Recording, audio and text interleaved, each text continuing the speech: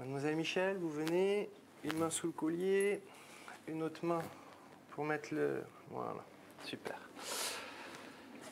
Donc pareil, comme tout à l'heure, otoscope, grand embout car grande oreille. Et on va la regarder à l'intérieur de cette oreille, comment c'est.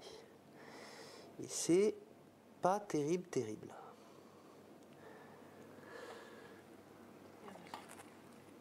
Bouge pas.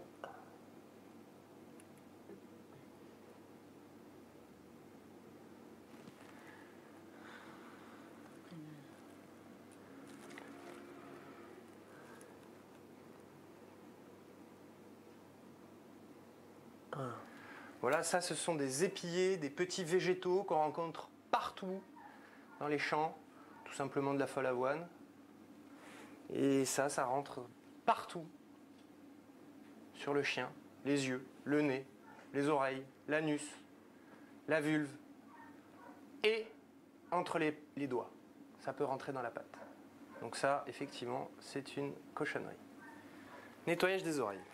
Quand on a la chance d'avoir un chien à oreille tombante, on attrape le bout, l'extrémité du pavillon. Comme tout à l'heure je vous ai dit, là on voit très bien le pavillon. Donc celui-là on peut le nettoyer facilement. Par contre l'intérieur de l'oreille c'est plus difficile. Donc on prend le produit, on le met dans le conduit auditif du chien au maximum. Ça c'est un produit intéressant parce que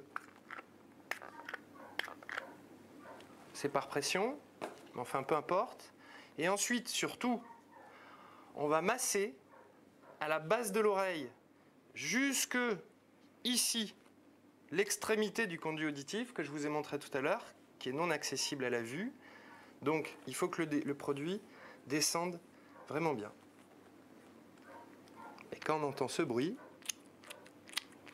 ça veut dire qu'on a bien bossé.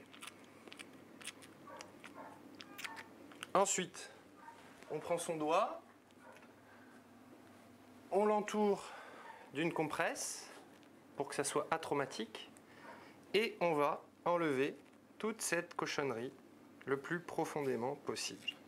Et quand on travaille bien, on en retire.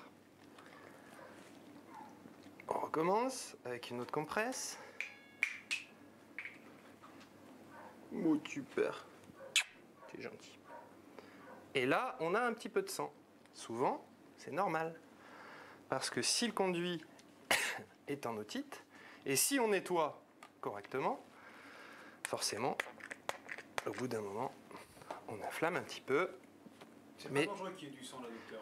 C'est pas dangereux, mais ça prouve qu'il y a une otite. Ça prouve qu'il y a une inflammation. Ça prouve qu'il y a besoin de nettoyer et de traiter. D'accord. Et ça prouvera, à l'inverse, lorsqu'il n'y aura plus de sang, que ce sera guéri. Mais il n'y a pas obligatoirement du sang pour traiter. Il peut y avoir tout simplement des germes, du cérumen, à la suite de la présence d'un épillé. Par exemple, à la suite de la présence d'un épillé, c'est tout à fait normal qu'il y ait un petit peu de sang. Une oreille qui sent mauvais, une oreille qui est secouée, une oreille qui est au niveau du pavillon rouge, une oreille qui suinte, en tout cas qui a des productions soit noirâtres, soit blanchâtres, soit verdâtres. Tout ça, c'est anormal, il faut consulter.